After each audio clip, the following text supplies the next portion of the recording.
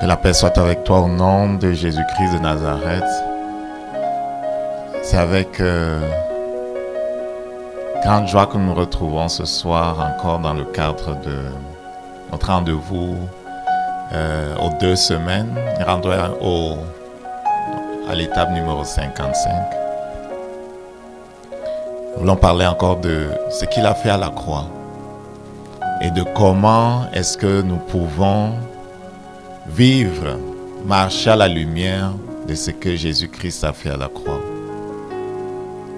Quand il commence son ministère, il dit qu'il est venu afin que l'homme ne marche plus courbé. Il dit qu'il est venu afin que les aveugles voient, les sourds entendent. Il est venu pour que ceux qui étaient comme des laissés pour compte, qui étaient rejetés, ceux sur qui on ne comptait pas, connaissent qu'ils sont acceptés, qu'ils sont aimés de Dieu. Donc je veux encourager toute personne qui désire vraiment comprendre ces choses, de revenir et de prendre le temps d'interroger le Saint-Esprit qui est là pour nous instruire, pour comprendre. Lorsqu'on a compris et qu'on a vu vraiment la lumière de ce qu'il enseigne, notre vie ne peut plus être la même. Si donc tu es fatigué de tourner en rond, je t'encourage à venir aux pieds de Jésus. Si tu es fatigué de ne pas savoir, je t'encourage de venir à ses pieds, de poser la question. Sa promesse reste vraie aujourd'hui. Celui qui invoquera le nom du Seigneur ne sera pas confus. Celui qui commence à chercher l'Éternel et qui continue de le chercher, le trouvera. C'est une loi spirituelle. Celui qui cherche, trouve. Celui qui frappe, on ouvre la porte. Donc, soit de ceux qui cherchent, soit de ceux qui frappent à la porte, soit de ceux qui ne restent pas tranquilles, mais qui disent, il a fait quelque chose à la croix qui est pour mon bien. Je veux comprendre ce qu'il a fait. De pouvoir entrer dans ces choses-là. Nous allons prier. Père, nous avons besoin de ta grâce ce soir encore. C'est pour toi que nous sommes là. C'est par toi que toutes choses sont possibles. Nous soumettons à toi. Et nous te bénissons parce que par Jésus, tu nous as rachetés. Merci parce que tu nous permets de comprendre d'autres dimensions de la rédemption, afin que nous entrions vraiment dans le repos de Dieu. Nous t'élevons au-dessus de tout, nous te magnifions, tu es notre source. Gloire à toi Jésus, tu es notre source. Amen.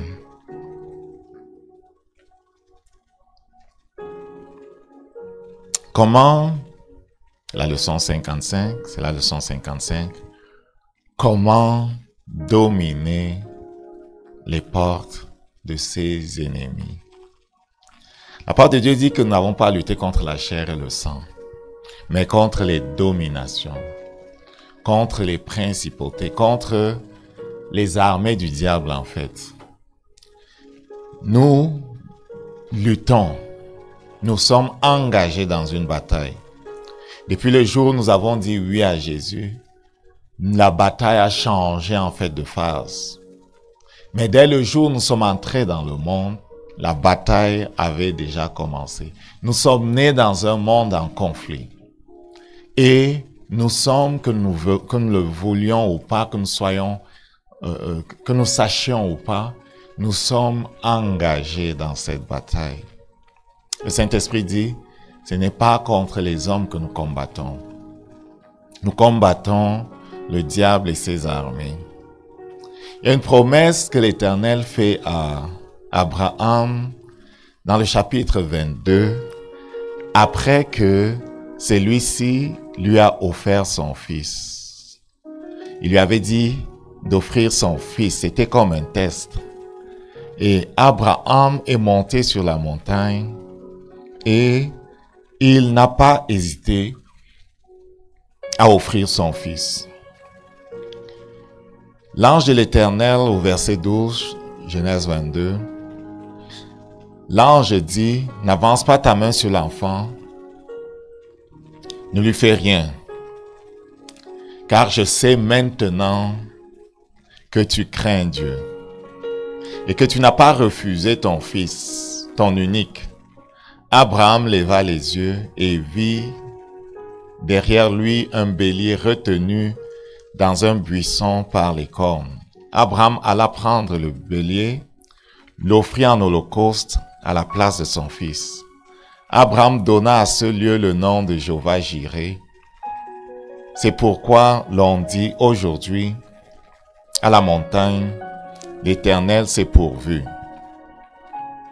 L'ange de l'Éternel appela une seconde fois Abraham des cieux et dit, je le jure par moi-même, parole de l'Éternel, parce que tu as fait cela, tu n'as pas refusé ton fils unique, je te bénirai. Verset 17. Je te bénirai, je multiplierai ta postérité, comme les étoiles du ciel, comme le sable qui est sur le bord de la mer. Et ta postérité possédera les portes de ses ennemis.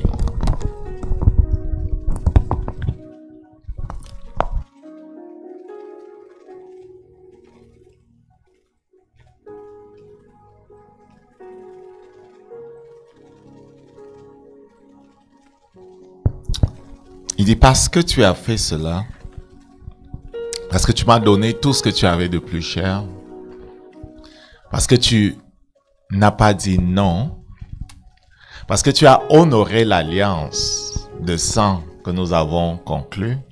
Il y a une alliance de sang qu'ils avaient conclue dans Genèse au chapitre 17.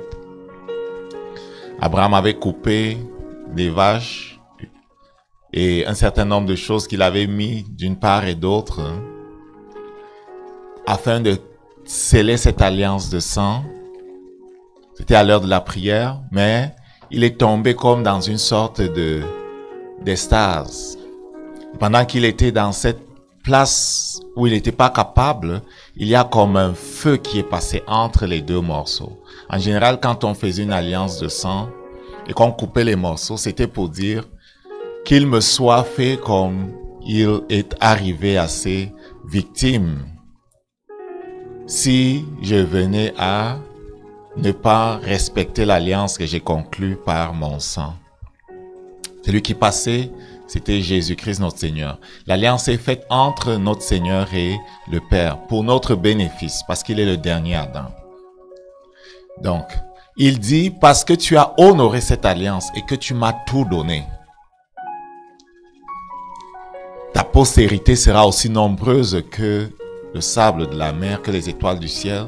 Et il dit, elle dominera les portes de ses ennemis. Anciennement, les villes avaient des murs. Et lorsqu'on combattait une ville, il fallait se rendre maître de ses portes, afin de les abattre, afin de contrôler les allées et les venues de la ville, afin de l'assujettir. Il fallait se rendre maître des portes de la ville pour vraiment la contrôler. C'est celui qui contrôle les portes de la ville qui contrôle la ville. Donc lorsqu'il dit que ta postérité dominera les portes de tes ennemis, il est en train de dire ta postérité aura ascendance sur tes ennemis. Ta postérité va assiéger les villes ennemies et leur imposer sa loi. La postérité d'Abraham, c'est Jésus. La postérité d'Abraham, c'est l'église de Jésus. Nous sommes la postérité d'Abraham. Il dit, nous dominerons les portes de nos ennemis. Mais il y a une condition qui est claire dans ce qu'on a lu. C'est que Abraham n'a rien refusé à notre Dieu. Il a tout donné. On est rendu capable de posséder les portes de nos ennemis si on honore l'alliance qui nous lie à l'Éternel. Il a tout donné. Parce qu'il comprenait le sens de l'alliance. Et alors qu'il a tout donné et qu'il n'a rien retenu, l'Éternel, lui non plus, ne peut rien retenir.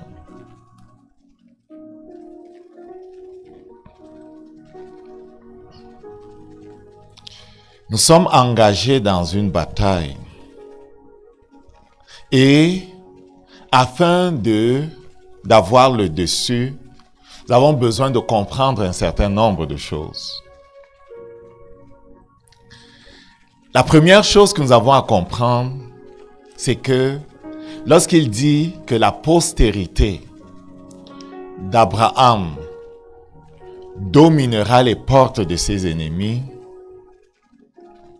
ce n'est pas par la force d'Abraham que ça va se faire.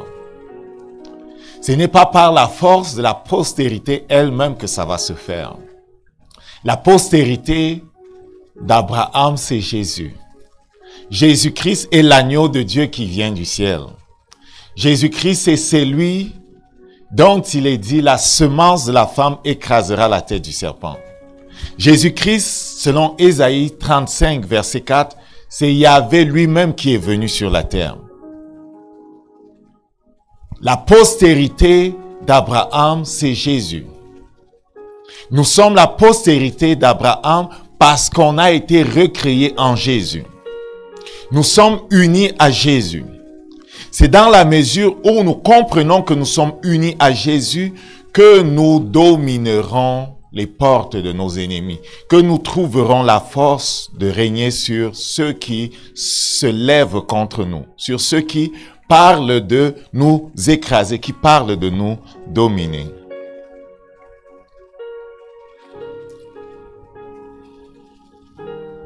La nouvelle création marche selon les principes et les lois de Dieu. La nouvelle création marche selon les principes et les lois de Dieu. Les principes par lesquels nous marchons disent que pour régner dans ce monde, il faut d'abord régner dans le ciel. La vie est spirituelle. Celui qui marche sur la terre sera dominé s'il ne comprend pas que la domination commence dans le ciel. Dieu nous appelle à son repos. Jésus-Christ est le lion de la tribu de Juda. Il a remporté la victoire. Il règne. Il est le lion de la tribu de Juda. Le lion, c'est le roi. Le lion représente la force. Le lion représente aussi la domination. Le lion représente surtout la royauté. Et la figure du lion, si je ne m'abuse, fait partie des 4 figures qui sont autour du trône. C'est la figure du roi. Le roi est entré dans son repos. Le roi a vaincu et il est digne de régner. Nous sommes de la famille du roi.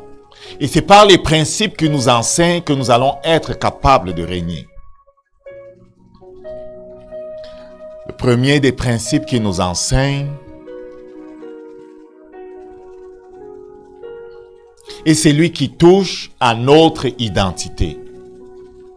Le premier principe qu'il nous enseigne est celui qui touche à notre identité.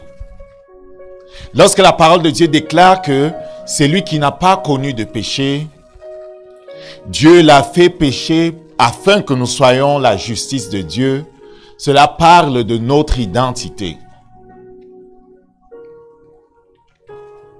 Notre capacité de régner dépendra encore de ce que nous pensons de nous, de ce que nous savons de nous, de ce que nous comprenons de qui nous sommes.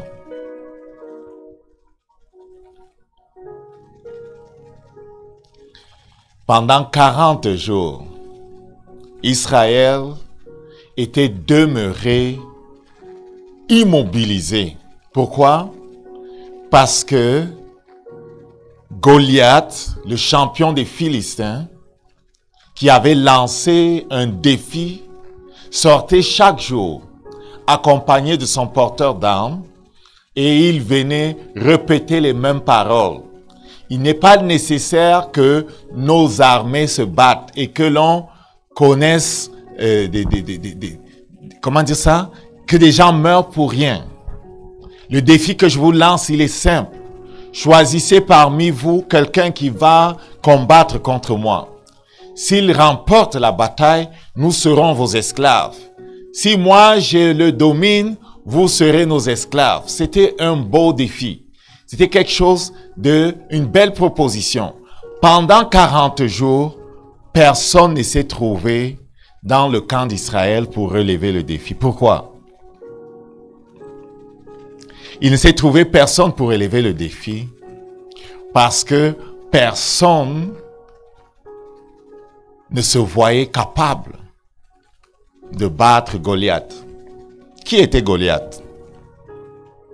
Goliath était un Philistin de haute taille, certainement quelqu'un d'hybride.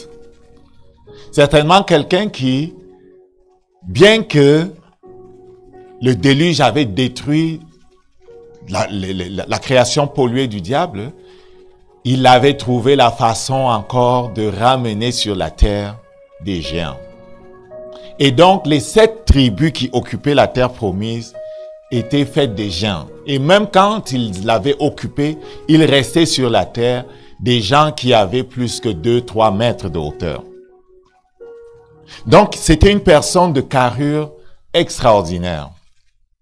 Il vient, il lance le défi, et parce qu'Israël regarde dans le naturel, ils se disent, nous ne pouvons pas remporter le défi. Nous ne pouvons pas le vaincre. Ceux qui étaient le peuple de Dieu, ceux qui étaient du point de vue de Dieu, les enfants de Dieu, ceux qui avaient une alliance avec Dieu, ceux qui autrefois avaient remporté des victoires, étaient incapables de se voir gagnant contre Goliath. Pendant donc 40 jours, il vient et il répète le même défi et personne n'est capable de se voir gagnant une bataille contre lui. Tous regardaient dans le naturel. Tous regardaient à ce qu'ils avaient, à qui ils étaient dans le naturel. Personne d'eux n'était capable de s'élever au-dessus de ce qu'ils voyaient pour voir le Dieu vivant qui était leur Dieu, qui était leur Père, qui était leur défenseur, pour voir les choses à travers l'alliance qu'ils avaient avec celui qui avait dit « Je serai celui qui combattra pour vous ».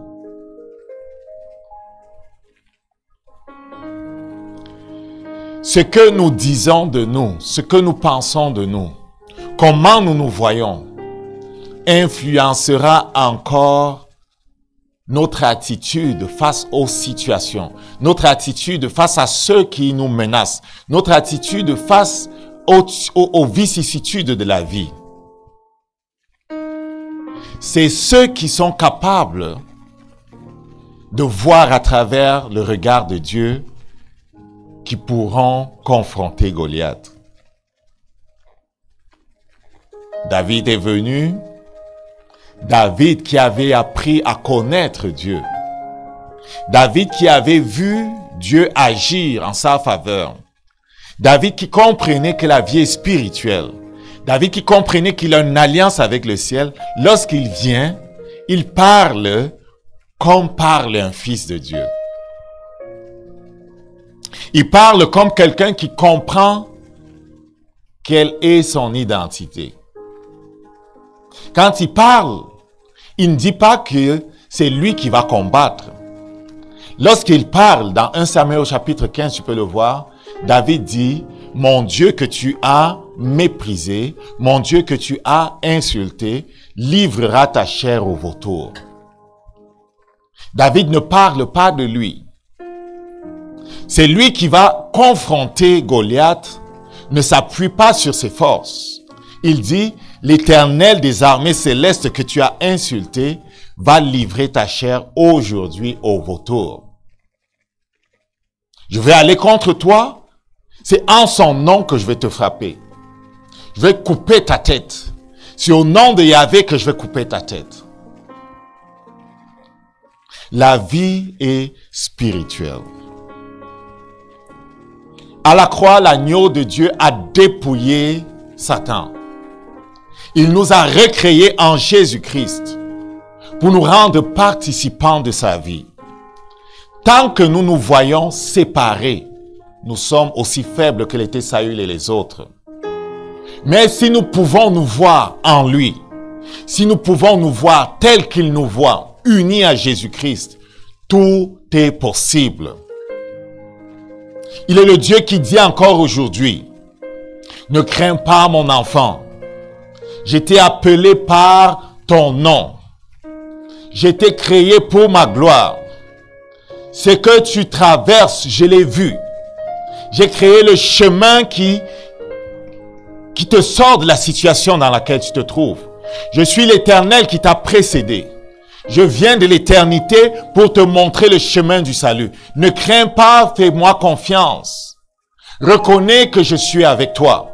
Reconnais que l'agneau de Dieu qui a été immolé l'a été pour toi. Il a été afin que tu vives. Je suis avec toi pour que tu vives. Les flammes par lesquelles tu passes ne te consumeront pas. Les flots qui viennent sur toi ne te submergeront pas. Car je suis ton Dieu. Je suis ton Dieu. Invoque mon nom et crois que je me lève pour te défendre. Voilà ce que dit le Saint-Esprit.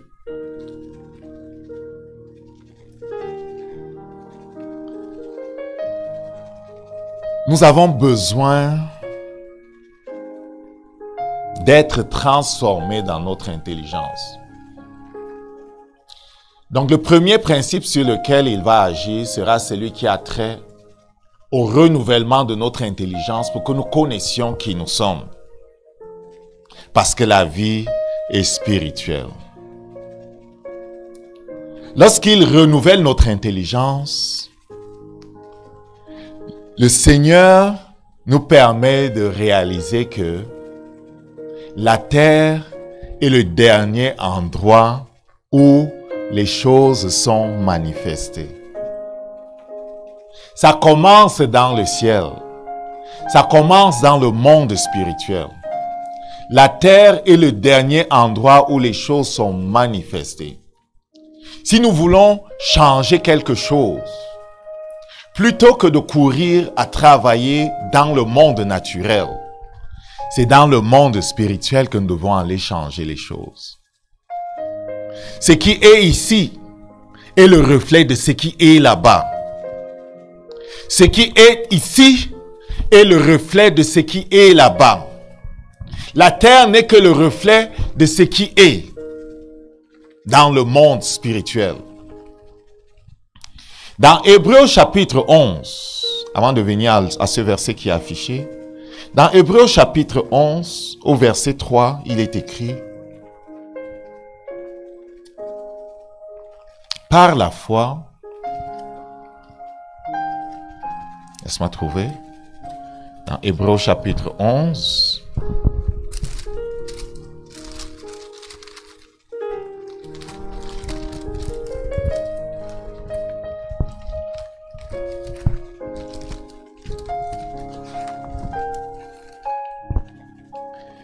il dit,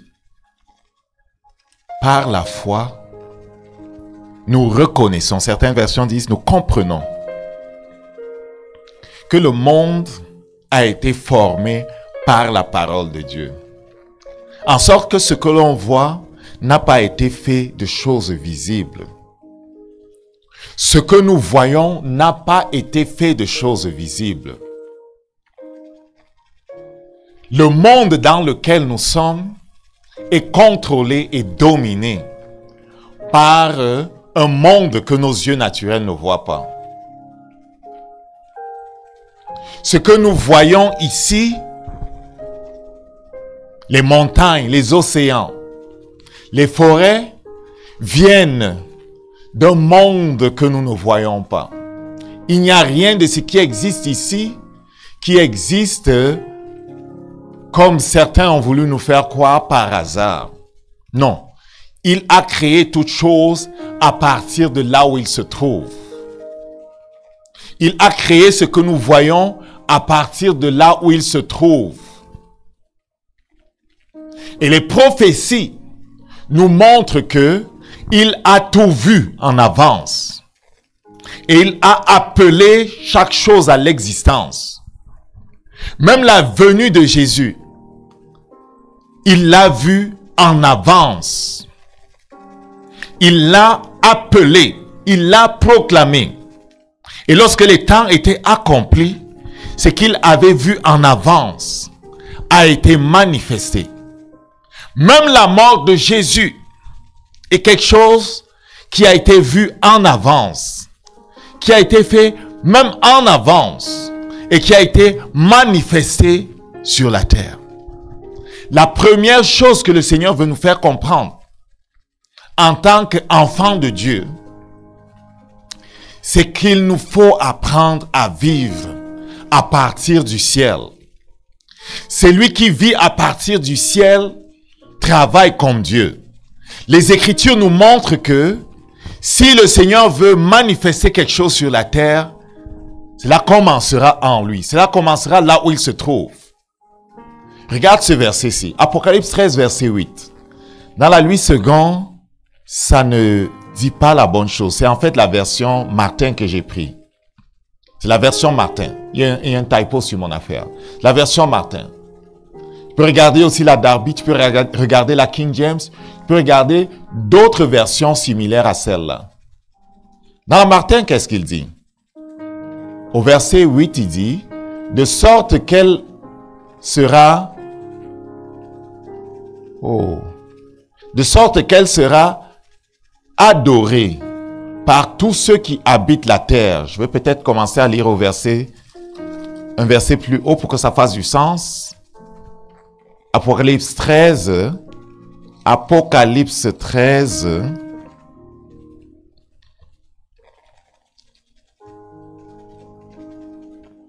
Je vais lire à partir du verset 5. Non, au verset 6, pardon.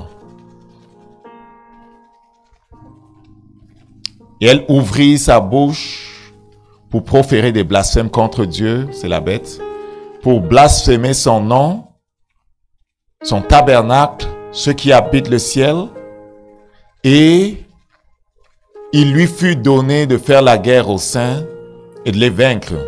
Il lui fut donné l'autorité sur toutes les tribus, sur tous les peuples, sur toutes les langues, sur toutes les nations.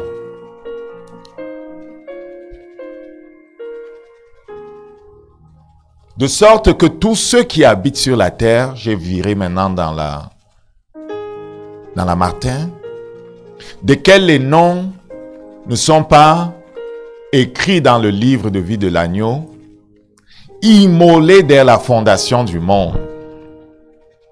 Veux que tu vois ici, c'est qu'il est dit, l'agneau de Dieu est immolé avant la fondation du monde. La King James dit, dans le livre de l'agneau de Dieu, il a dit la même chose. Slain from the foundation of the world. La English Revised Version dit à peu près la même chose. Le livre de l'agneau de Dieu, that had been slain from the foundation. Okay?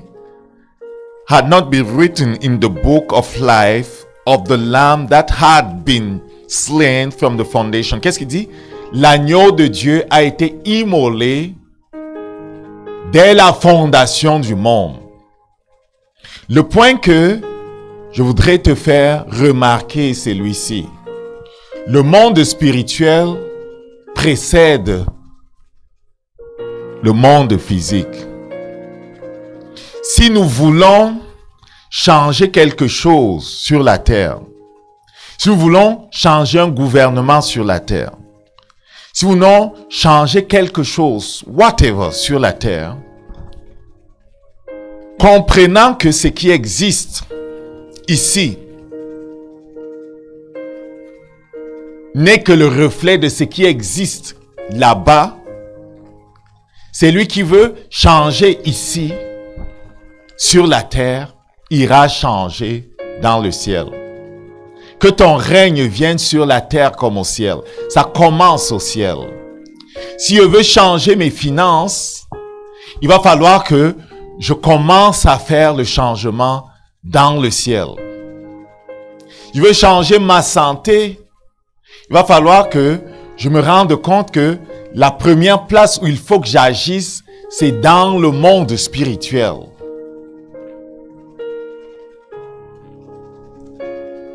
Le destructeur agit de la même façon.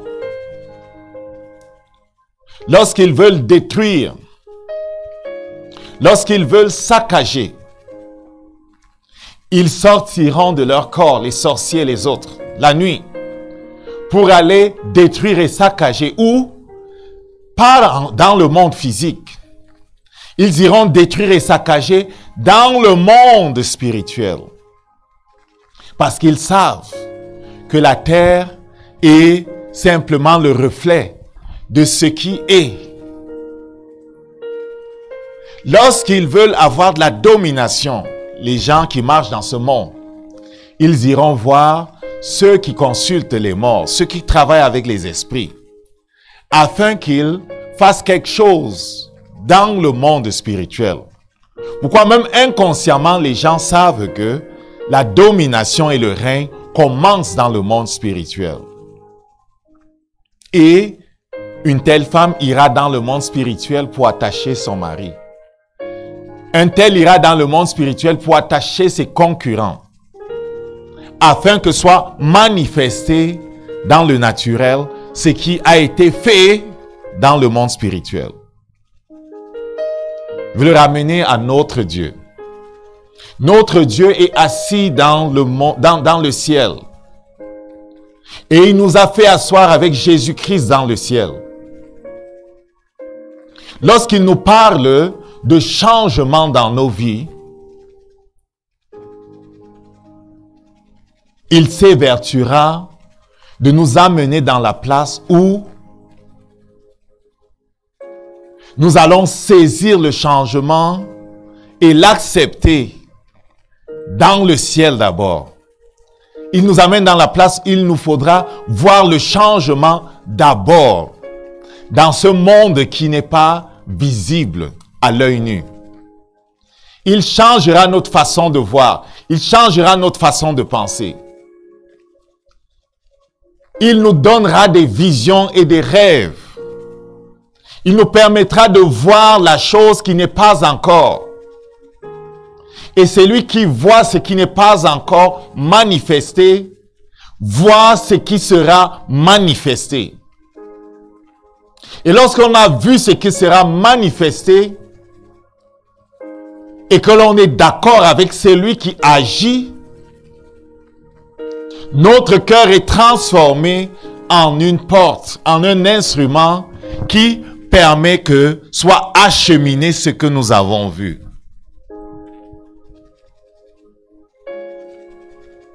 L'agneau de Dieu a été immolé dès la fondation du monde. En Éden, le Père a dit, la semence de la femme écrasera la tête du serpent. Il a dit à Adam, il a dit à Seth, il a dit à tous ceux qui ont suivi. Il a dit à travers de nombreux prophètes. Les prophètes en question l'ont répété encore, l'ont répété sur la terre.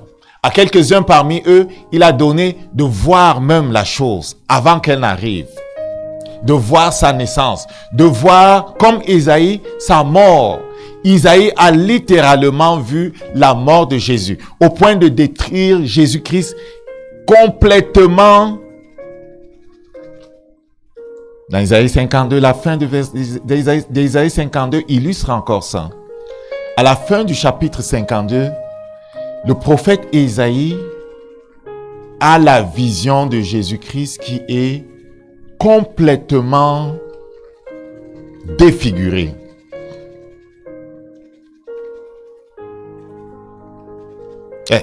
Isaïe 52. À partir du verset 13, mon serviteur prospérera. Voici mon serviteur prospérera. Il montera, il s'élèvera bien haut. De même qu'il a été pour plusieurs un sujet d'effroi, tant son visage était défiguré tant son aspect différait de celui d'un fils de l'homme, de même il sera pour beaucoup de peuples un sujet de joie. Devant lui, les rois fermeront la bouche, car ils verront ce qui ne leur avait pas été raconté. Ils apprendront ce qui ne leur avait point été, ce qu'ils n'avaient point entendu. Qui a cru ce qui nous était annoncé, qui a reconnu le bras de l'Éternel. Regarde la description qu'il fait. Tant son visage était défiguré, son aspect différait de celui d'un fils de l'homme. Isaïe a vu ces choses-là. Isaïe a vu Jésus-Christ défiguré. Il a vu pour pouvoir écrire ce qu'il a vu. En général, il leur faisait voir ce qu'ils écrivaient. Il a vu sa mort. Il a vu sa naissance à travers une vierge pour l'écrire. Il a vu avant que cela n'arrive. Dans le livre d'Apocalypse, il dit à Jean, monte ici, je te ferai voir les choses qui vont arriver. Il lui fait voir plein de choses qui ne sont même pas encore arrivées. Mais il a déjà vu ce qui est. Ce qui est déjà là-bas arrivera.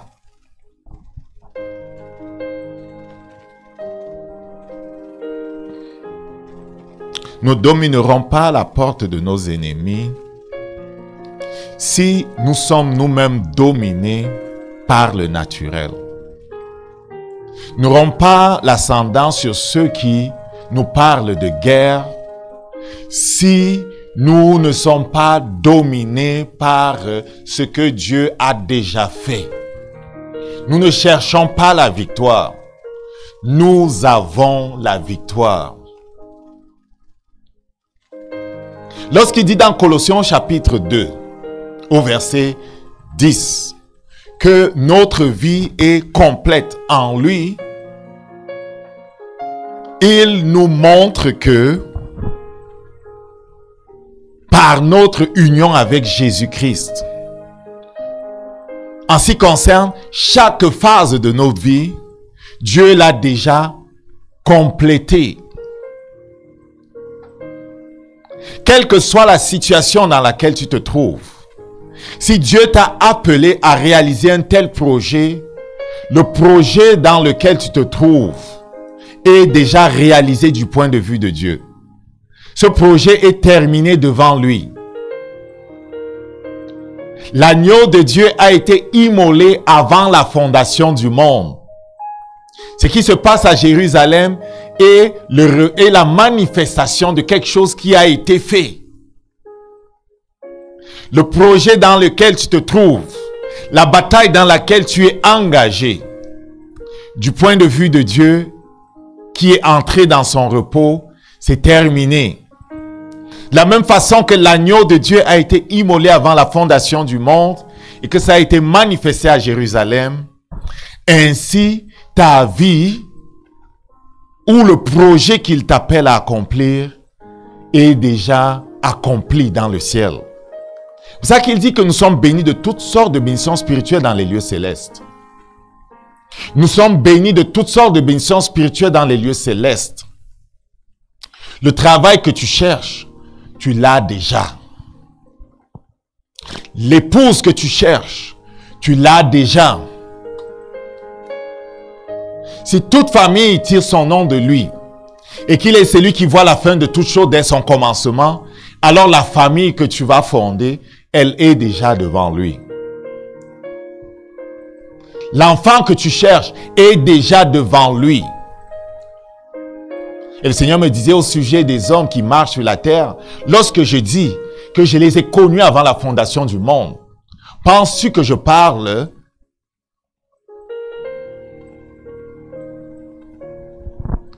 de leur parution sur la terre seulement? Lorsqu'il dit qu'il a connu quelqu'un avant la fondation du monde, il parle premièrement de celui qui est esprit. Il parle de la personne en tant qu'esprit.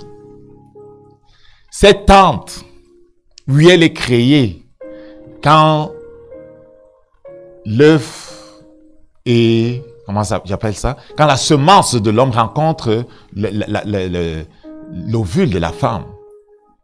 C'est à ce moment-là que la création de la tente dans laquelle l'esprit qui est dans la présence de Dieu va habiter et créer et former. Mais celui qui va habiter dans cette tente précède la tente. La tente est formée après lui. Il est créé avant que la tente ne soit formée. Donc, s'il dit qu'il connaît la chose ou la personne avant la fondation du monde, et que moi, par exemple, je suis dans la place où j'attends du Père un enfant, je prie pour qu'il me donne un enfant. Puisqu'il est dans l'éternité et qu'il connaît cet enfant avant la fondation du monde, dis, Père, je te rends grâce pour l'enfant que tu m'as donné. N'est pas une mauvaise chose. Dis, Père, je te rends grâce parce que tu me disposes pour créer la tente dans laquelle il va habiter. N'est pas non plus une mauvaise chose. C'est la vérité. L'enfant existe. C'est la tente qui doit être créée. L'existence de l'homme ne commence pas dans l'utérus de sa maman. L'existence de l'homme commence dans le cœur de Dieu. Commence avant même la fondation du monde. Il l'a connu et il l'appelle à être manifesté sur la terre. La formation de la tente fait partie simplement d'une étape dans la manifestation de celui qui l'appelle à venir sur la terre. Je ne sais pas si l'exemple est bon, mais c'est pour te faire comprendre que si on parle de finances, si on parle de n'importe quoi que l'on veut manifester sur la terre, on doit comprendre que lorsqu'il dit qu'il nous a bénis de toutes sortes de bénédictions spirituelles dans les lieux célestes, la chose existe déjà. Ce que je désire existe déjà. Il faut que je croie que la chose existe déjà. Il faut que j'arrive dans la place où je peux voir la chose. Il dit, j'avais dit, vous êtes des dieux. Vous êtes tous fils du Très-Haut. L'Éternel crée. L'Éternel amène les choses de là-bas à ici. Il veut nous apprendre à amener les choses de là-bas à ici. Nous sommes bénis. Comment transférer notre bénédiction ici? Ceux contre qui nous bataillons ne sont pas des hommes. Ceux contre qui nous nous battons comprennent ces choses un peu plus que nous. Parce qu'ils sont créés avant nous. Lucifer a été créé avant nous. Il est parti du ciel avec un certain nombre de compréhensions, de choses relatives au fonctionnement du monde. Il comprend le monde spirituel. Il sait que c'est de là-bas que l'on relâche les choses. C'est aussi de là-bas que l'on les bloque. C'est donc à partir du monde spirituel qu'il va nous combattre. Et s'il veut manifester le désordre dans nos vies, il le fera à partir de là-bas. Posséder la porte de nos ennemis, c'est nous élever au-dessus d'eux. C'est de nous élever au-dessus d'eux. C'est de réaliser que le Père nous a élevés au-dessus d'eux. C'est du point de vue de comment nous pensons. Réaliser ce que Dieu dit. Dieu dit que nous sommes unis à lui. Partant de la réalisation qui dit que nous sommes unis à lui, parler comme il parle, voir ce qu'il nous montre, nous laisser habiter par ce qu'il nous montre. Quand nous voyons ce qu'ils ont écrit, les prophètes, quand nous voyons ce qu'ils ont dit, quand nous voyons ce qui a été manifesté, nous pouvons comprendre qu'ils étaient habités par les choses qu'ils prophétisaient. Ils étaient consumés par les choses qu'ils voyaient. Dieu a pu manifester dans ce monde ces choses parce qu'ils étaient habités par ces choses-là. Ils étaient consumés par ces choses. Dieu ne pourra pas faire si nous ne sommes pas habités par la vision qu'il nous montre. Jésus était habité par la vision. Les prophètes étaient habités par la vision. Tous étaient habités par la vision de la gloire de Dieu, par la vision de ce que Dieu allait faire, ce qu'il avait dit qu'il va faire. Qu'est-ce que tu vois?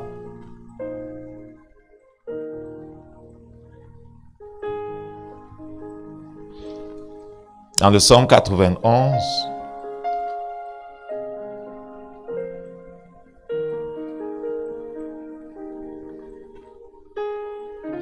le Seigneur parle de notre protection. Le Seigneur parle du privilège que nous avons d'habiter dans sa présence, d'habiter à l'ombre de ses ailes. Le Seigneur parle du repos dans lequel nous entrons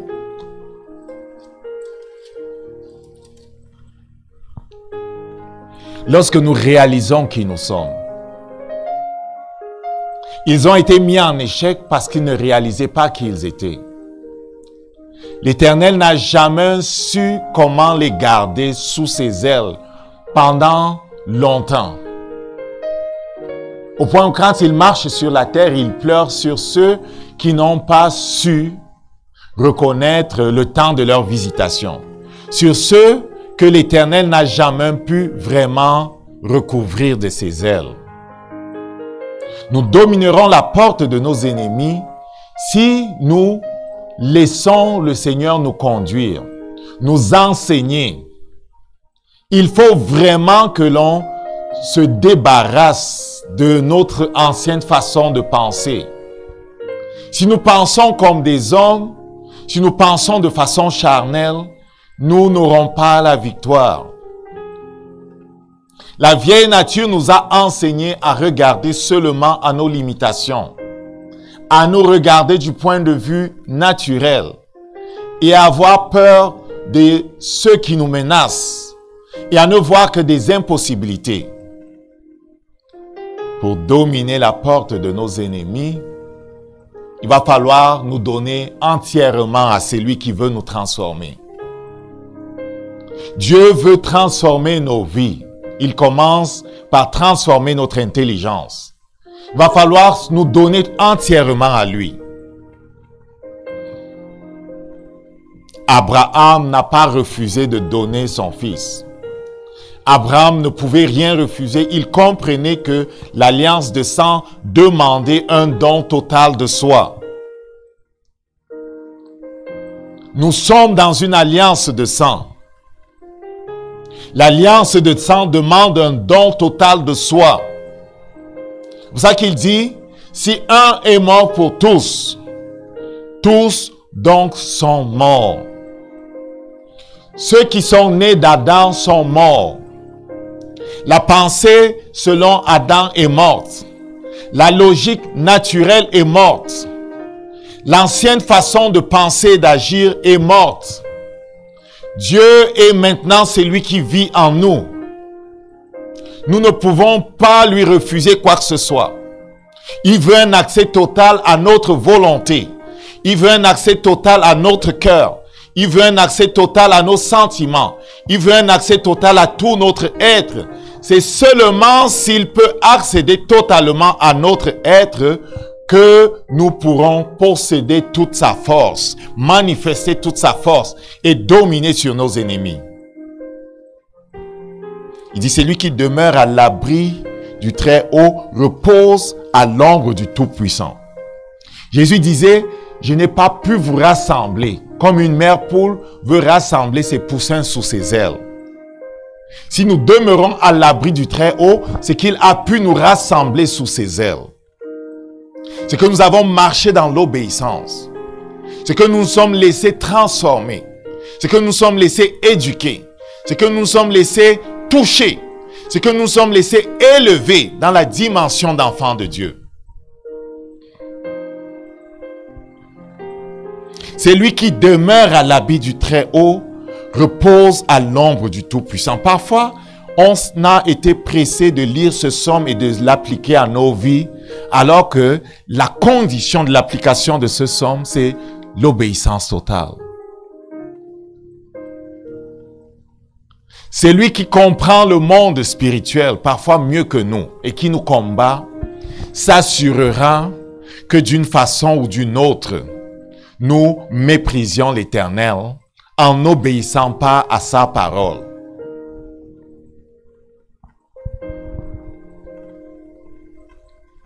Jésus-Christ disait, c'est l'heure des ténèbres. Satan vient, il n'a rien en moi. S'il a quelque chose en nous, il pourra nous dominer. S'il peut tweaker notre façon de penser, s'il peut faire en sorte que nous soyons décalés, il pourra nous limiter. Celui qui habite à l'ombre du Très-Haut repose, à l'abri du Très-Haut repose à l'ombre du Tout-Puissant. Et vous connaissez la suite. Je dis à l'Éternel, mon refuge et ma forteresse, mon Dieu en qui je me confie. Ok? Et quand tu lis ça, tu vois qu'il est question de protection, d'une protection extraordinaire. Au verset 4, il parle de la fidélité, il parle de ce qu'il est, son bouclier, sa cuirasse. Je ne crains pas la terreur la nuit, ni la flèche le jour. Pourquoi? Parce que j'habite à l'ombre.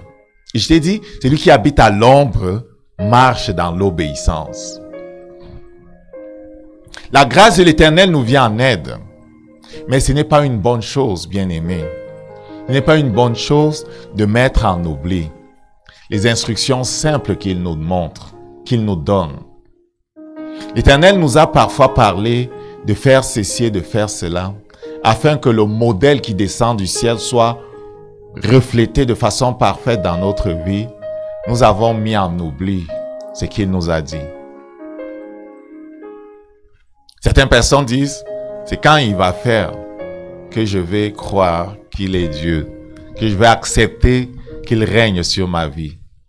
Sommes-nous vraiment différents de ceux qui disaient, si tu descends de l'arbre, si tu descends de là où on t'a élevé, alors on va croire que tu es le Fils de Dieu? Lorsque il nous parle d'obéissance, nous disons, fais d'abord ça et après je vais obéir. Si tu me montres si je vais croire que tu es Dieu.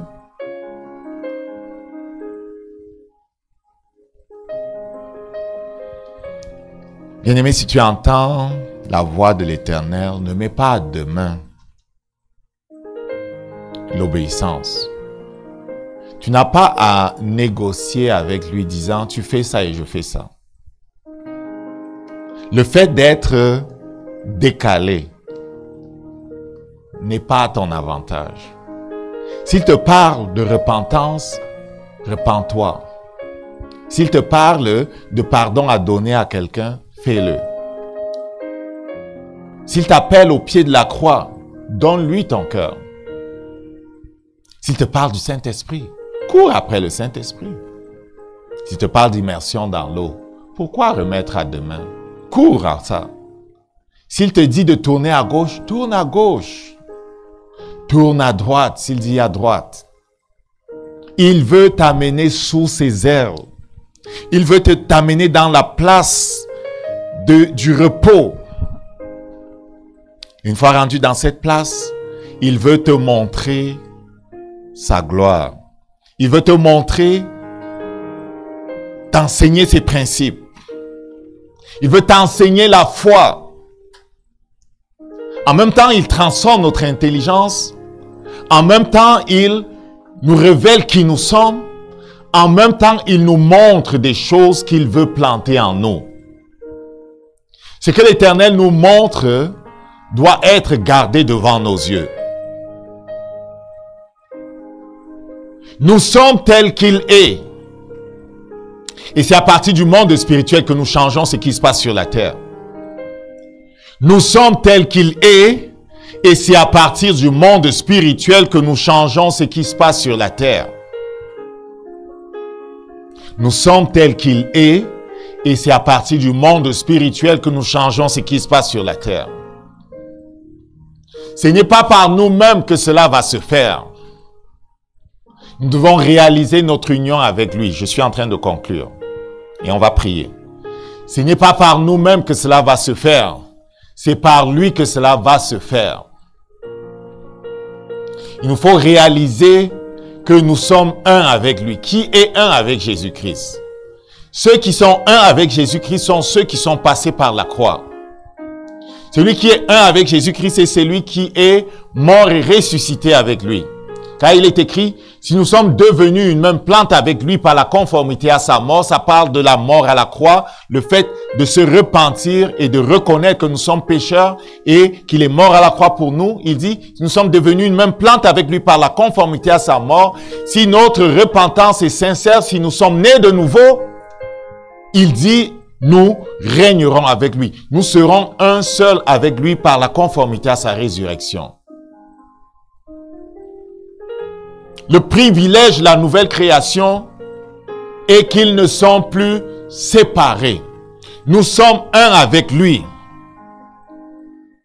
Arrête donc de te voir séparé. Arrête de te voir seul. Et consent à monter avec lui dans les hauteurs pour apprendre à vivre à partir du ciel. C'est un changement de paradigme. Beaucoup courent sur la terre pour faire des choses. Le véritable changement vient d'en haut. Car c'est à partir du monde spirituel que l'on influence et change ce qui se passe sur la terre. Tu veux changer le gouvernement d'une nation? Fais-le dans le monde spirituel. Tu veux changer la vie d'un homme, d'une femme? Tu veux influencer ton époux, ton épouse? Tu veux changer la vie de ton enfant? Tu veux changer ce qui se passe dans ton travail, dans ton entreprise? Fais-le à partir du monde spirituel. Comment? En demandant au Seigneur quels sont ses plans pour telle situation. Il dit, invoque-moi, je te répondrai. Le Seigneur a un plan pour ton fils. Le Seigneur a un plan pour ta vie. Le Seigneur a un plan pour l'entreprise qu'il t'a donnée. Si cela vient de lui, il a un plan pour cette entreprise-là. L'Éternel a un plan pour ton mariage. L'Éternel a un plan pour comment tu vas croître dans cette entreprise où il t'a placé. L'Éternel a un plan pour tout. Il connaît le chemin par lequel il faut passer. Il peut, dans le monde des esprits, dans sa présence où nous sommes, te donner la vision des étapes. Te donner la vision des étapes. Te donner de savoir c'est quoi la prochaine étape. Il peut te donner la vision claire des choses. Et la vision qu'il donne, on doit la recevoir en nous. On doit la garder devant nous. On doit la voir quotidiennement. Il t'appelle à dominer dans ce monde. Il t'appelle surtout à dominer sur ceux qui combattent ses desseins dans ta vie.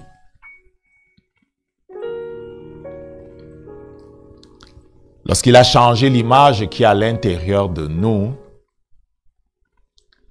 notre langage change. Notre langage change. L'agneau de Dieu a été immolé avant la fondation du monde. Dans le jardin d'Éden, le Père l'a prophétisé. Adam en a parlé. Tous ceux qui ont suivi Adam en ont parlé.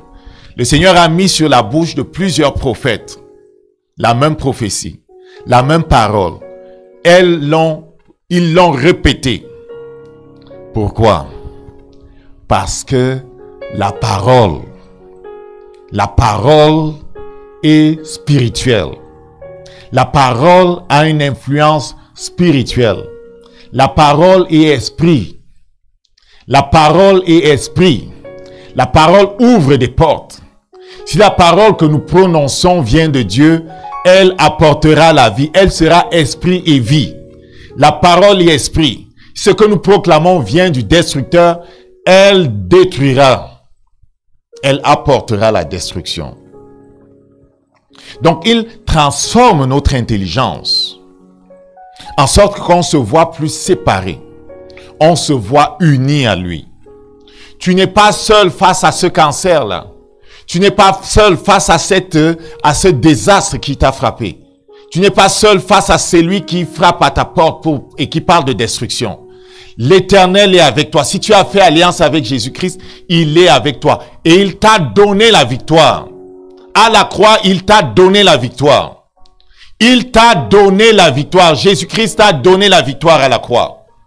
Si tu te laisses élever dans la présence de Dieu, tu verras qu'à la croix, il t'a donné la victoire.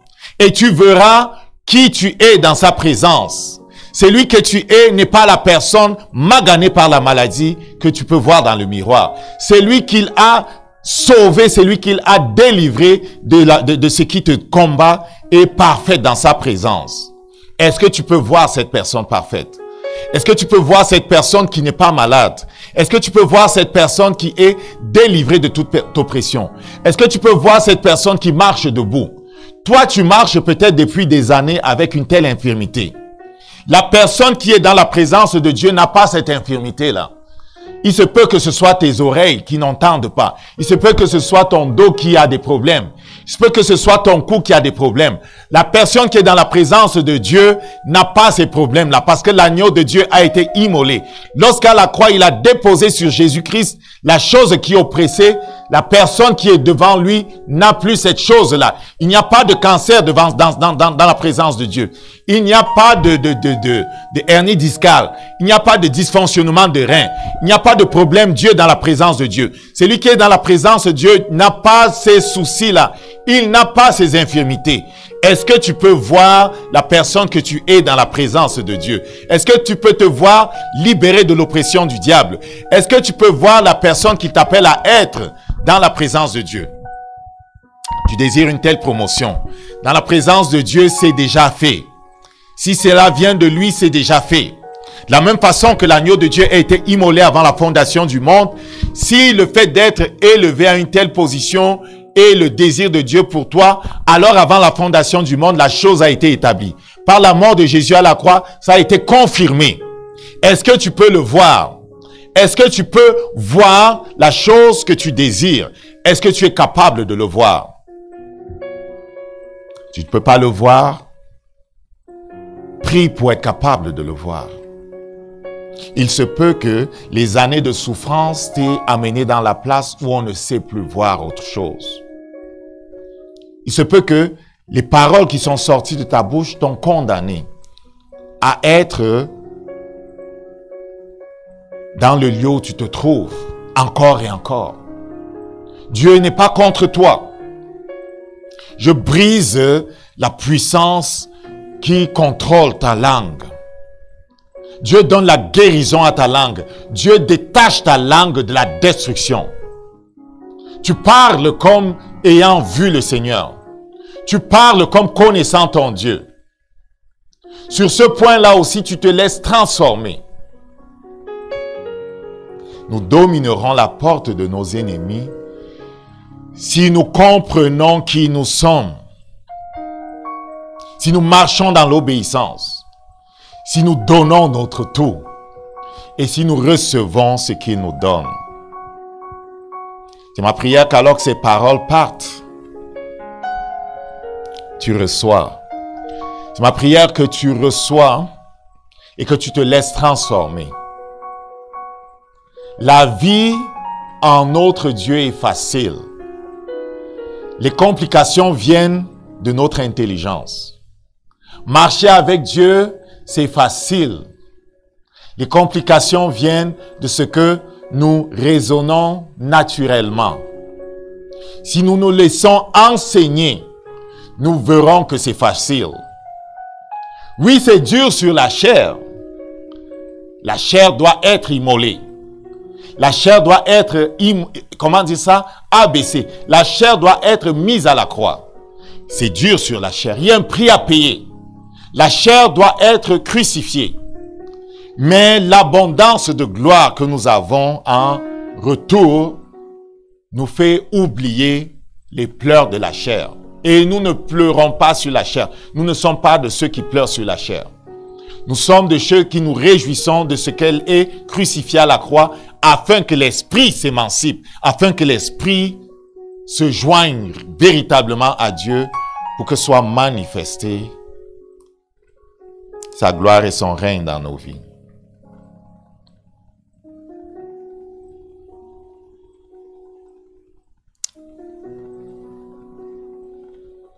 Le Seigneur travaille sur notre identité.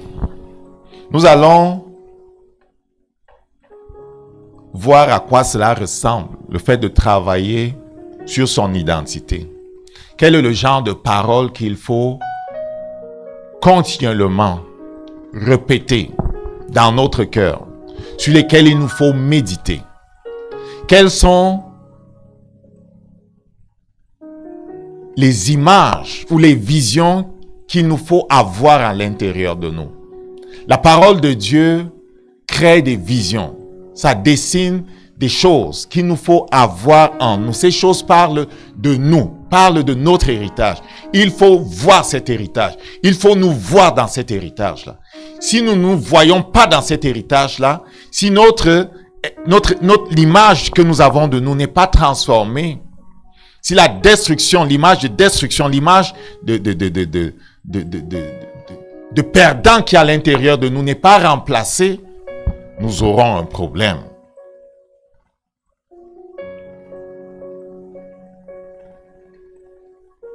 Je vais t'inviter à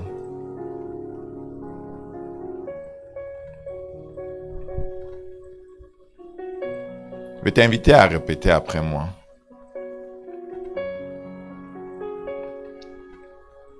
Laisse-moi trouver le document.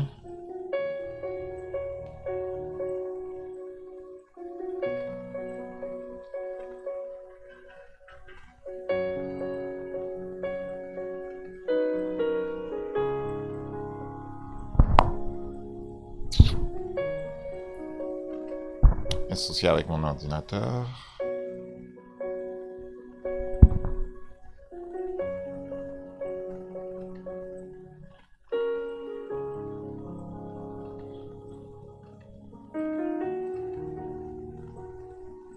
Une seconde. Il est question de parler comme notre Dieu parle, de dire de nous ce qu'il dit.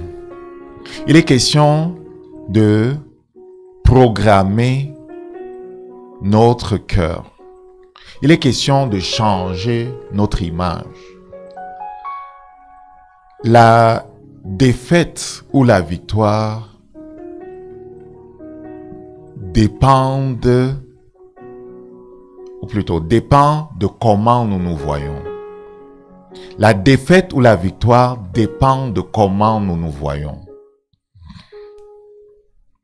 Si nous nous voyons comme les soldats d'Israël se voyaient faibles, alors nous allons être limités. Nous allons évoluer dans la dimension de celui qui est faible. Mais si par son esprit, nous travaillons à nous voir unis à lui, si nous voyons continuellement selon ce que proclame sa parole, tout est possible. S'il y a une chose que je voudrais que tu retiennes aujourd'hui, c'est que Abraham avait appris à se voir uni à Dieu. Abraham avait compris que l'alliance de sang qu'il avait avec Dieu faisait en sorte qu'il ne pouvait rien lui refuser. Il lui devait tout, de la même façon que Dieu lui devait tout. Dans l'alliance de sang, ceux qui sont les contractants se doivent tout. Dieu ne peut rien nous refuser. Dieu nous a tout donné. C'est pour ça qu'il dit que la plénitude de Dieu et grâce sur grâce sont devenues notre héritage. Les plus grandes et les plus précieuses promesses de Dieu sont notre héritage. C'est celui qui croit, c'est celui qui voit, c'est celui dont le langage est devenu similaire à celui de Dieu. C'est celui dont la foi est celle de Dieu qui sera capable de régner avec Dieu. Dominer la porte de nos ennemis, c'est régner avec Dieu. Il faut changer le regard que tu as sur toi. Il faut que je change le regard que je porte sur moi. Répète donc après moi, c'est comme une prière pour établir la bénédiction que nous avons déjà. Nous ne sommes pas en train de demander quelque chose. En Jésus, nous l'avons déjà. Mais nous voulons l'établir. Nous voulons être établis dans les choses que nous avons déjà. Nous voulons reprogrammer notre pensée. Père, au nom de Jésus, je te loue pour l'alliance contractée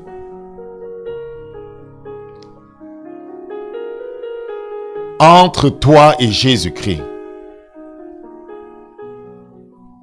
Je te loue pour l'alliance contractée entre toi et Jésus-Christ, mon représentant. Je te loue parce qu'en me recréant en lui, tu m'as rendu participant de ta vie. Je te loue parce qu'en me recréant en lui, tu m'as rendu participant de ta vie.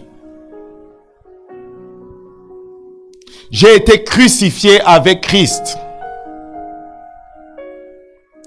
Si je vis, ce n'est plus moi qui vis. C'est Christ qui vit en moi. J'ai été crucifié avec Christ. Si je vis, ce n'est plus moi qui vis. C'est Christ qui vit en moi. Non, il n'est pas venu en partie. Celui qui vit en moi n'est pas venu en partie. Il n'est pas venu à moitié. Il est présent avec toute sa gloire, toute sa majesté, toute sa puissance. Le tout de Dieu habite en moi. Non, il n'est pas venu en partie.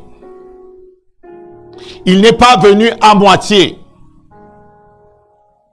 Il est présent en moi avec toute sa gloire,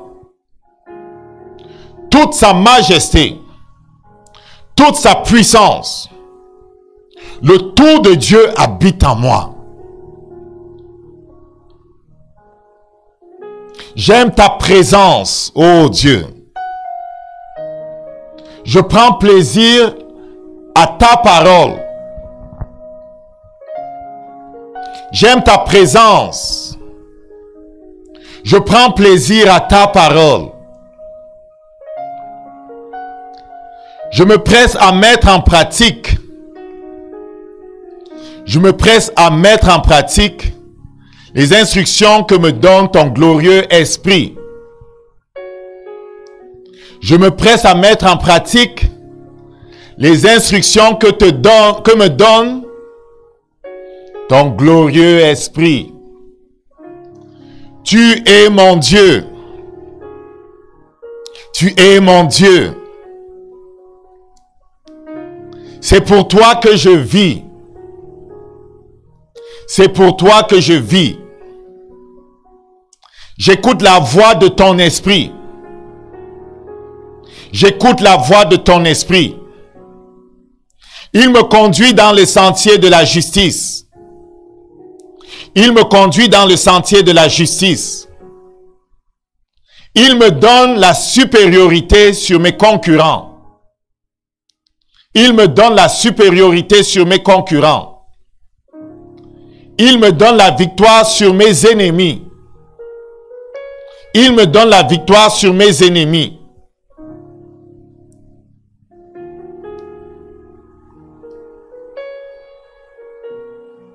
Je suis béni dans tous les lieux où je m'établis. Je suis béni dans tous les lieux où je m'établis. Je suis béni dans tout ce que je fais. Je suis béni dans tout ce que je fais. Le fruit de mes entrailles,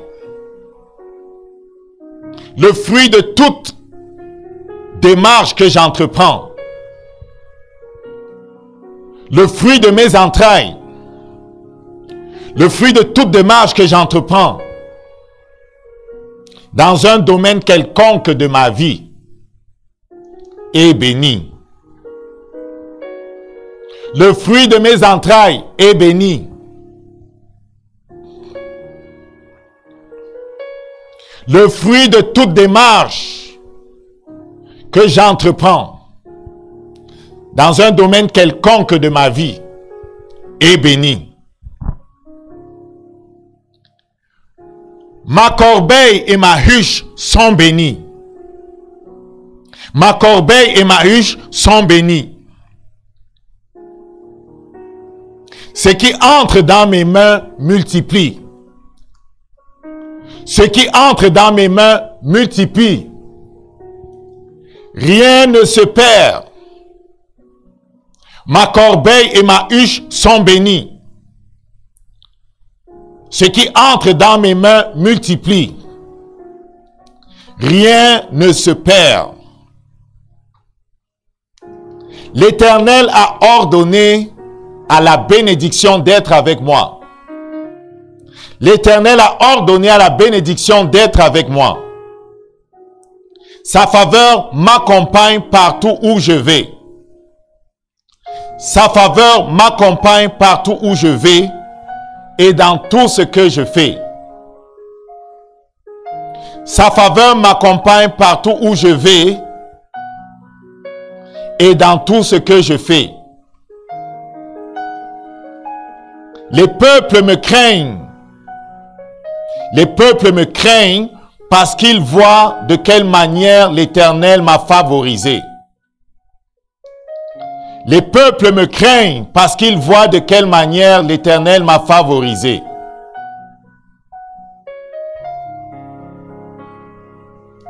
Les peuples me craignent parce qu'ils voient de quelle manière l'Éternel m'a favorisé. Le ciel est ouvert au-dessus de ma vie. Le ciel est ouvert au-dessus de ma vie. Et les bénédictions de l'Éternel coulent tel un fleuve à travers moi. Le ciel est ouvert au-dessus de ma vie. Et les bénédictions de l'Éternel coulent tel un flot à travers moi. Je prête à beaucoup et je n'emprunte pas. Je prête à beaucoup et je n'emprunte pas. J'aime l'Éternel de tout mon cœur, de toute mon âme, de toutes mes pensées, de toutes mes forces. J'aime l'Éternel de tout mon cœur, de toute mon âme, de toutes mes pensées, de toutes mes forces. Je serre sa parole dans mon cœur. Elle est esprit et vie. Elle me transporte dans les hauteurs de sa gloire. Je serre sa parole dans mon cœur. Elle est esprit et vie. Elle me transporte dans les hauteurs de sa gloire. Je suis en haut et non en bas. Je suis en haut et non en bas. Je suis la tête et non la queue. Je suis la tête et non la queue. La parole de l'Éternel est la vérité. La parole de l'Éternel est la vérité. Elle a créé toutes choses. Elle a créé toutes choses. Alors que je la serre dans mon cœur, elle établit le règne de Dieu dans tous les domaines de ma vie. Alors que je serre la parole de Dieu dans mon cœur, elle établit le règne de Dieu dans tous les domaines de ma vie. Jésus a payé ma dette. Jésus a payé ma dette. Je suis participant de la vie de Dieu. Je suis participant de la vie de Dieu. Je suis un seul esprit avec mon Seigneur. Je suis un seul esprit avec mon Seigneur. Tel qu'il est maintenant, c'est ainsi que je suis. Tel qu'il est maintenant, c'est ainsi que je suis. Je ne manque de rien. Je ne manque de rien. Dieu a ordonné à la bénédiction de me remplir. Je ne manque de rien. Dieu a ordonné à la bénédiction de me remplir. Je suis rempli de toutes sortes de bénédictions spirituelles en Jésus. Je suis rempli de toutes sortes de bénédictions en Jésus. Elles sont transférées dans ma vie par son esprit. Elles sont transférées dans ma vie par son esprit. Je suis un seul esprit avec mon Seigneur. Je suis un seul esprit avec mon Seigneur. Tel qu'il est. Tel qu'il est. Je suis. Tel qu'il est. Je suis. Il n'est pas limité. Je ne suis pas limité. Jésus-Christ n'est pas limité. Je ne suis pas limité. Jésus-Christ marche sur les serpents et sur les scorpions. Je marche sur les serpents et sur les scorpions. Jésus-Christ est en parfaite santé. Je suis en parfaite santé. La vie de Jésus inonde mon corps. Jésus-Christ est en parfaite santé. Je suis en parfaite santé. Jésus-Christ a dépouillé Satan. Tous mes ennemis sont dépouillés. Jésus-Christ a dépouillé Satan. Ceux qui me combattent sont dépouillés. Jésus-Christ a battu Satan à terre. Ceux qui me combattent sont abattus à terre. Il n'y a pas de cancer en Jésus. Il n'y a pas de cancer dans ma vie. Il n'y a pas d'infirmité en Jésus. Il n'y a pas d'infirmité en moi. Il n'y a pas de manque en Jésus. Il n'y a pas de manque en moi. Jésus-Christ est riche. Je suis riche. Jésus-Christ est saint. Je suis saint. Jésus-Christ est aimé de Dieu. Je suis aimé de Dieu. Jésus-Christ règne. Je règne. Jésus-Christ domine la porte de ses ennemis. Je domine la porte de mes ennemis. Gloire à toi, Seigneur. Lève les mains et rends grâce à Dieu. Rends grâce à Dieu. Gloire à toi, Jésus. Je suis libre. Je suis libre. Je suis libre. Si tu ne pouvais pas bouger ta main, bouge-la. Jésus-Christ a touché ta main. Bouge ta main. Si tu avais un problème avec tes reins, tes vertèbres lombaires, bouge-les. Tu avais des problèmes avec tes vertèbres cervicales, bouge-les. La gloire de Dieu touche tes vertèbres cervicales. Tu ressens comme de la chaleur là-bas. La gloire de Dieu touche tes vertèbres cervicales. La gloire de Dieu touche tes reins. La gloire de Dieu touche ton pancréas. La gloire de Dieu enlève le cancer. La gloire de Dieu enlève le cancer. La prostate là où ça se trouvait. Tu es touché, visité par le Saint-Esprit. La gloire de Dieu touche tes os. La gloire de Dieu touche tes reins. La gloire de Dieu touche ton sang. La gloire de Dieu touche tout ton être. Ton corps est visité par l'Esprit de Dieu. Tu es séparé de tout mari et de femme de nuit. Proclame ta liberté. Lève-toi et rends grâce à Dieu. Marche, fais ce que tu ne pouvais pas faire. Bouge, proclame ta liberté. Proclame ta liberté. Dis merci à Jésus pour le travail qu'il te donne. Dis-lui merci, il a changé les choses pour toi. Il a ouvert les portes pour toi. Vois ce qu'il te montre. Rends-lui grâce et proclame la chose dans ce monde. Proclame ce que tu vois. Je ne vais pas tout dire ce que le Seigneur vous montre. Ce qu'il te montre pendant que je parle, proclame-le. Proclame-le et saisis-le par la foi. Proclame ce que tu vois et saisis-le par la foi. Proclame ce dont tu as besoin et saisis-le par la foi. Parce qu'il est dit que je suis un seul esprit avec mon Seigneur. L'esprit de Jésus-Christ n'a pas de manque. Dans la présence de Jésus-Christ, il n'y a pas de manque. S'il n'y a pas de manque, nous pouvons maudire la disette dans nos maisons. Nous pouvons maudire la maladie. S'il n'y a pas de manque là-bas, nous pouvons maudire ce qui n'est pas de Dieu. Nous pouvons maudire les autels du diable qui parlent de manque. Nous pouvons les détruire dans le monde spirituel pour établir de nouveaux autels. C'est l'autel de la grâce de Dieu qui contrôle ta vie.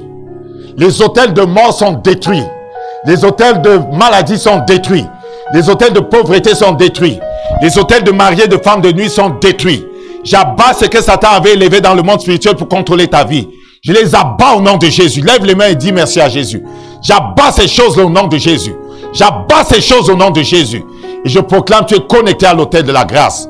Alors que tes regards se posent sur Jésus-Christ, tu es connecté à l'autel de la grâce. Tu es connecté à l'autel de la grâce. Et la vision de la liberté t'est donnée. La vision de la délivrance t'est donnée. La vision de l'abondance t'est donnée. Alors que tu saisis cette vision et que tu vis 24 heures sur 24 dans cette vision et que tu proclames ce que cette vision proclame, tu es transformé dans le naturel. Le naturel est dominé. Le naturel est dominé. Le naturel est dominé. Il en sera sur la terre tel que c'est dans le ciel. Il en sera sur la terre tel que c'est dans le ciel. Si c'est lui qui est le portail dimensionnel fait la bonne chose. Nous sommes enfants de Dieu. Nous sommes enfants de Dieu. Nous parlons comme Dieu dans ce monde. Nous offrons nos mains, nous offrons nos bouches et nous le laissons faire. Le Saint-Esprit veut faire à travers nous. Laissons-le faire et amenons toute pensée captive à la soumission à son esprit. Soumettons-lui nos pensées et recevons ses pensées. Recevons ses pensées. Ces pensées sont différentes de celles des hommes. Ces pensées sont infiniment différentes de celles des hommes. Cela ne fait pas du sens pour les hommes. Ils diront tu es fou. Ils diront ce n'est pas possible. Laisse les hommes dire tu es fou. Laisse-leur dire ce n'est pas possible. Et toi qui habites dans la présence de Dieu et qui as compris que ça commence là-bas, que ça commence là-bas, agis comme nous dit le Saint-Esprit. Tu domines la porte de tes ennemis. S'ils viennent encore te troubler dans la nuit, parle au nom de Jésus comme ayant compris. Ne laisse pas la peur te dominer. Que le Seigneur te bénisse. Retrouvons-nous sur toutes nos plateformes. Facebook, YouTube. Il y a plein d'enseignements qui redisent ces mêmes choses d'une autre façon pour nous permettre de les saisir. Ma prière est que quelqu'un ait compris ce que le Seigneur voulait faire. Nous dominerons si nous marchons dans l'obéissance. L'obéissance, c'est se laisser transformer. Il nous amènera dans la place où notre façon de voir et de penser ne sera plus celle de ce monde. La façon de voir et de penser sera celle de Dieu. Il nous donnera ses visions. Il nous donnera sa foi. Il nous donnera d'être vraiment transformés totalement pour être ces portails à travers lesquels il va manifester la chose. Va et écoute encore, étudie. Tu as besoin d'aide, n'hésite pas à nous visiter si tu es à Montréal. On va se faire un plaisir de t'aider.